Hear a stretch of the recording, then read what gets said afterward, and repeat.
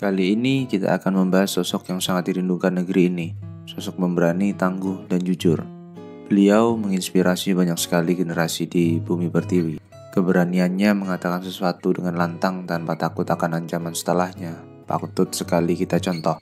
Pada saat itu, Gus Dur pernah berkata, bangsa ini penakut karena tidak mau bertindak pada yang bersalah. Berdiam diri atas kesalahan adalah bentuk rasa takut yang tidak pantas diteruskan. Sudah saatnya generasi penerus bangsa menjadi lantang dan berani dalam menyampaikan kebenaran. Langsung saja kita simak sejarah singkat Kiai Haji Abdurrahman Wahid atau Gus Dur, agar tidak buta sejarah dan hanya tahu perkembangan artis-artis luar negeri yang tidak memberi dampak sama sekali pada negeri ini.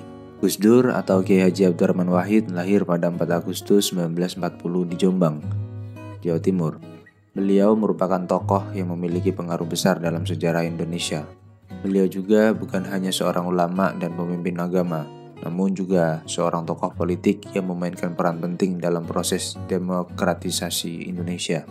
Warisan intelektualnya, kepemimpinannya yang inklusif, dan kecintaannya pada pluralisme membuatnya dikenang sebagai salah satu tokoh yang sangat dihormati dalam sejarah Indonesia modern.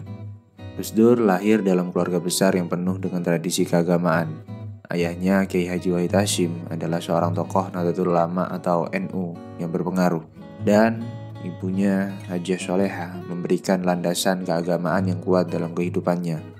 Gus Dur dibesarkan dalam lingkungan yang syarat dengan nilai-nilai keagamaan, toleransi, dan pemahaman yang mendalam akan Islam yang inklusif. Pada usia muda, Gus Dur menimba ilmu di pesantren tradisional di Jombang, di mana beliau belajar agama dan filsafat Islam. Pendidikannya yang juga melibatkan studi di luar negeri, khususnya di Mesir dan di Universitas Al-Azhar, memberinya pemahaman yang luas tentang Islam serta pemikiran-pemikiran modern. Gus Dur pernah memimpin Nahdlatul Ulama dan memainkan peran penting yang sangat signifikan dalam Nahdlatul Ulama atau NU, organisasi Islam terbesar di Indonesia bahkan di dunia. Pada 1984, beliau terpilih sebagai Ketua PBNU, pengurus besar Nahdlatul Ulama, di mana kepemimpinannya membawa perubahan yang penting dalam organisasi tersebut.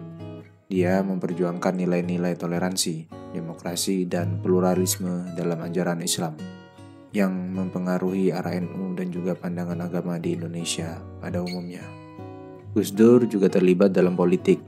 Ia mendirikan Partai Kebangkitan Bangsa atau PKB dan menjadi Presiden Indonesia pada tahun 1999. Setelah jatuhnya rezim otoriter Orde Baru, sebagai presiden, dia memperjuangkan hak asasi manusia, demokrasi, dan kebebasan beragama. Namun, kepemimpinannya diwarnai oleh tantangan politik yang kompleks dan perbedaan pendapat, yang akhirnya menyebabkan pemakzulan dari jabatannya pada tahun 2001. Meskipun masa jabatannya sebagai presiden singkat, Gus Dur dikenang sebagai tokoh yang memperjuangkan nilai-nilai kemanusiaan, toleransi, dan demokrasi.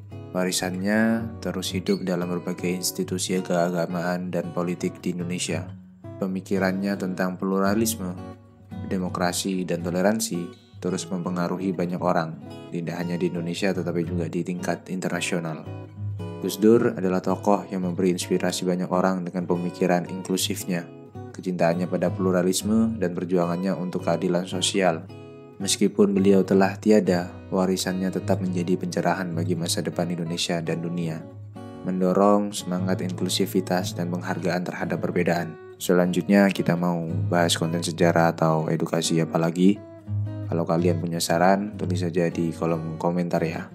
Jangan lupa klik tombol subscribe agar tidak ketinggalan konten sejarah dan edukasi selanjutnya. Salam sukses untuk kita semua.